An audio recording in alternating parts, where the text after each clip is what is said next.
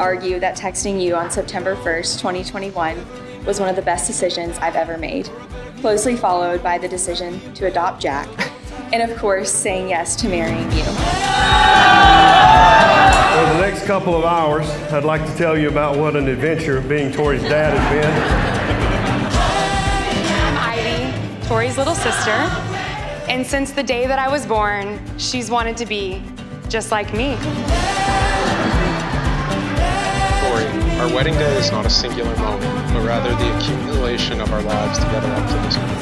Your presence in my life is not something I take for granted, it's something I need.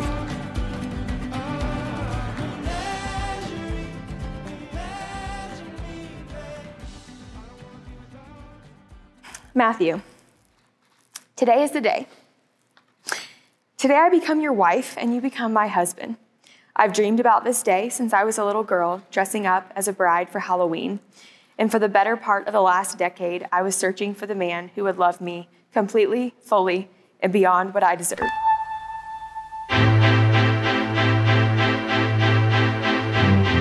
I've known for so long that our connection is something out of a fairy tale. We entered each other's lives at the exact right time. You were needing somebody to restore your confidence, and I needed someone who would bring out the pieces of me that had been missing for so long. I love your precious heart. I was standing, you were there. I knew from the start, even on our freight, that you were different, and it didn't take me long to realize you were someone I could not lose. Tear us apart.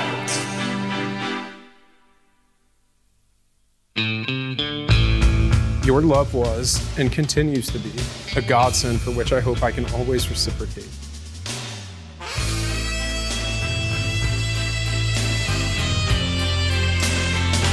Beyond your patience, I noticed your gentle spirit. I entered our relationship broken. I had been hurt, disappointed, and I was genuinely unsure of who I was.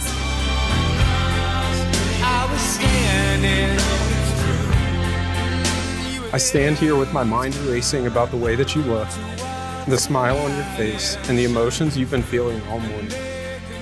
Fortunately, this is the last time that we will let anything, even this door, stand between us. You were standing, I was there. Two worlds collided, and they could never tear us. So Matthew, it has been and will continue to be the privilege of my life to be the recipient of your patience, grace, sacrificial love, humor, and childlike joy. Thank you for choosing to love me each and every day and for giving me the chance to be the best version of myself by loving you for the rest of my days. Love, your almost wife. I'd kind of like to bring you guys behind the curtain some and talk about how this speech came to be. Okay, I'm Matt's only brother. Felt pretty good about being asked to be the best man. But as wedding day got closer and closer, Tori got cold feet. Not about Matt, he's great. About me with a microphone in a room of all the people that they love. I'd like to tell a story from this Thanksgiving. Oh no! If that doesn't tell you what's coming, it's not gonna look great for Tori here, but at Thanksgiving I decided to ask Tori what she thought Matt's biggest fault was, and I said I would go at the same time. You know, didn't want to put her completely on the spot. So on the count of three, my lovely, but also at that time, mildly inebriated and very gullible sister-in-law decided to say that he is stubborn. At the same time, I replied he has no faults because I'm his best man and he does not have any faults. Wildflowers and wine. Look how beautiful you are. Oh, scratchy record plays in the background. I love you. Thank you. And that's the veil. The veil is the lacy sparkle part. Gorgeous. Thank you. Just like you. You like it? I think Matt's gonna pay. Oh, scratchy record plays in the background of our lives. Thank you. Look at your nose. We're still here dancing. this time, wildflowers and wine. Family and friends, we're gathered here today in the sight of God to witness and bless the joining together. Stay fully natural.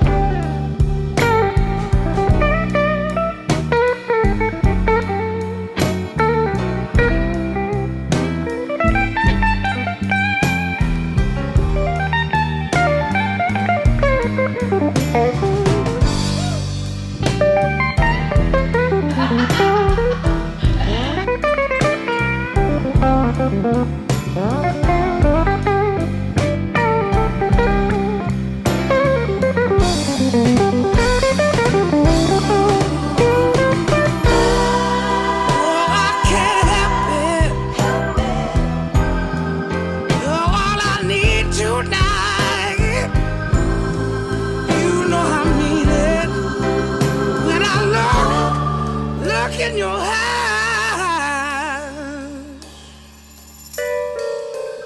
So, Matthew, I promise to say I love you as often as possible.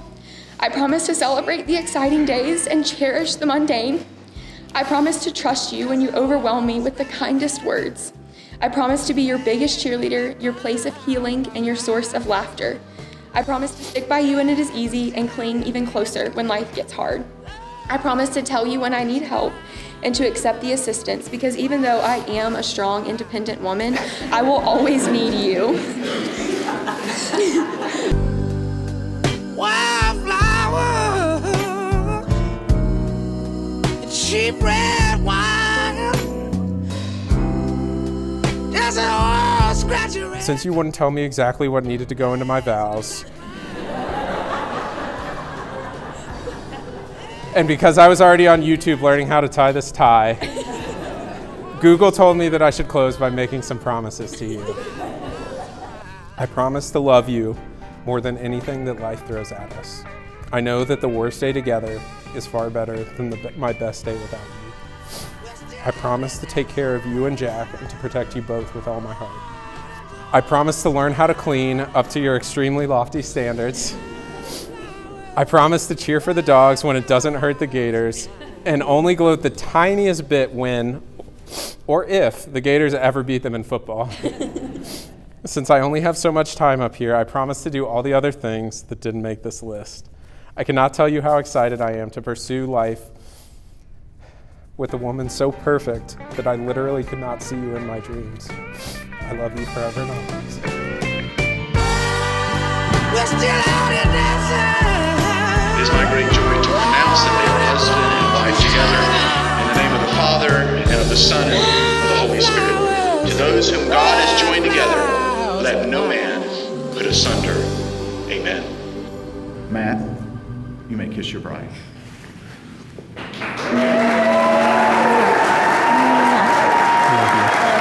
Well, it is my joy for the first time to present to you Mr. and Mrs. Matthew Grandstaff.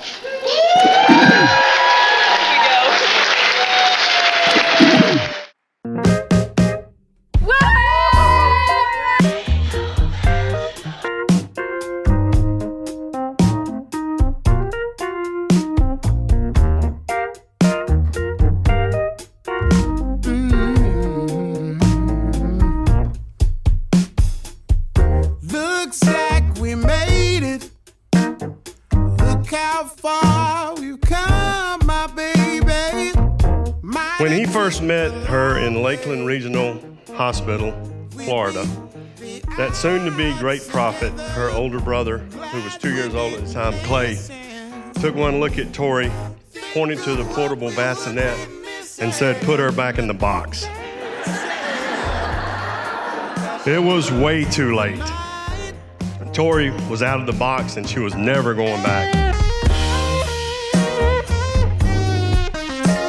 Matt, I started praying for Tori when she was an infant to find someone like you. And I believe you're an absolute answered prayer. And I start hearing about a new guy in Tori's life. He's smart and handsome and driven. I don't know what happened to that guy. Tori and Matt, you truly are a good match. When I found out Matt is in bed by 9 p.m. most nights, I knew he was the one. I know I should finish with relationship advice, but I am single. So, Tori and Matt, I look forward to having a front row seat to the life that you build together. When you name your first child Debbie. My brother is a stubborn person. He stubbornly refuses to throw away candy wrappers in the trash can, preferring to put them in his pocket or set them on his nightstand. And he's stubborn about denying the fact that he pushed me down when we were little and giving me the scar above my eyes. But you know, you were right, because he's also stubborn about being a good person.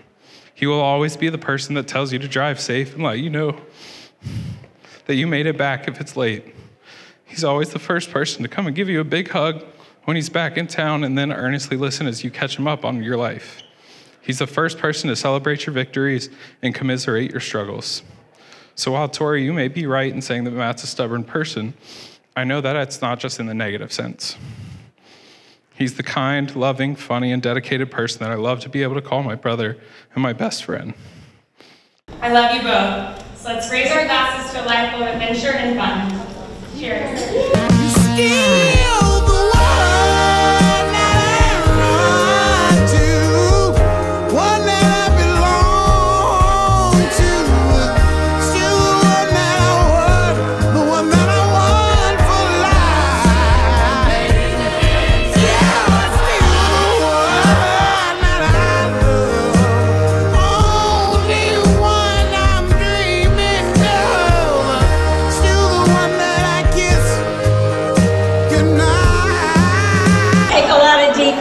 Go in the other room.